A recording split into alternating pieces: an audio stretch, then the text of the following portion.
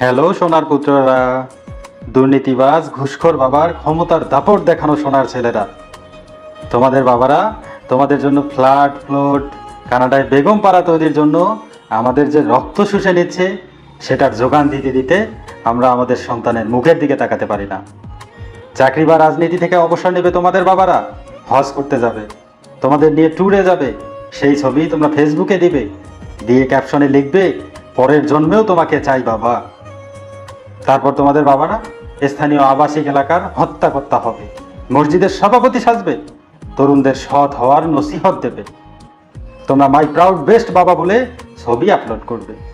আমাদের রক্তচোষা টাকায় তোমরা বিদেশে পড়তে যাবে। তোমাদের বাবারা বিমানবন্দরে তোমাদের সি অফ করতে যাবে। তোমরা আবেগী পোস্ট দিবা, কঠিন ক্যাপশনে থাকবে কান্নার ইমোজি।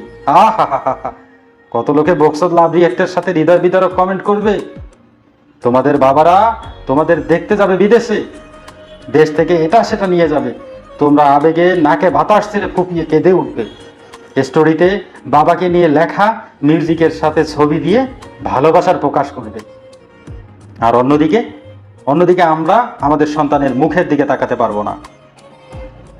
তোমার যখন চরম গরম এবং অবসর সময়, তখন তুমি দেশের হোগামারা তোমার বাবার পয়সায় এসি গাড়ি থেকে নেমে কলেজে যাবে। তখন এসব হারামজাদা, এসব রক্তচোষাদের রক্তের যোগান দিতে হবে আমাদের সন্তানদেরকে, যে কাদামাটি জল বা গরমে ধুলোয় পরিপূর্ণ রাস্তায় হেঁটে হেঁটে কলেজে ঢুকবে, মনে মনে নিজের বাবাকে আবিষ্কার করবে এক ব্যর্থ বাবা হিসেবে।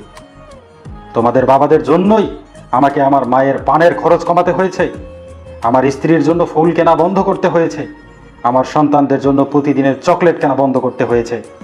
প্রতিদিন যখন ঘরে ঢুকি আমার সন্তানরা জিজ্ঞেস করে, বাবা আমার জন্য কি আনছো? প্রতিদিন মিথ্যা সান্ত্বনা দিয়ে বলি, বাবা দোকান বন্ধ হয়ে গেছে, এজন্য কিছুই আনতে পারিনি। কিন্তু আমি তো জানি আমার পকেটের অবস্থা। এইসব ঘটছে তোমাদের মহৎ বাবাদের জন্য। তোমাদের বাবারা এত ভালো হলে দেশের এই অবস্থা কেন রে ভালো মানুষের বাচ্চারা? কোনোদিন জিজ্ঞেস করছো বাবাকে, বাবা তুমি যে এত কিছু করছো আমাদের জন্য, তোমার বেতন কত? তোমার ইনকাম কি হালাল? তুমি কত টাকা বেতন পাও? কোনোদিন জিজ্ঞেস করছো?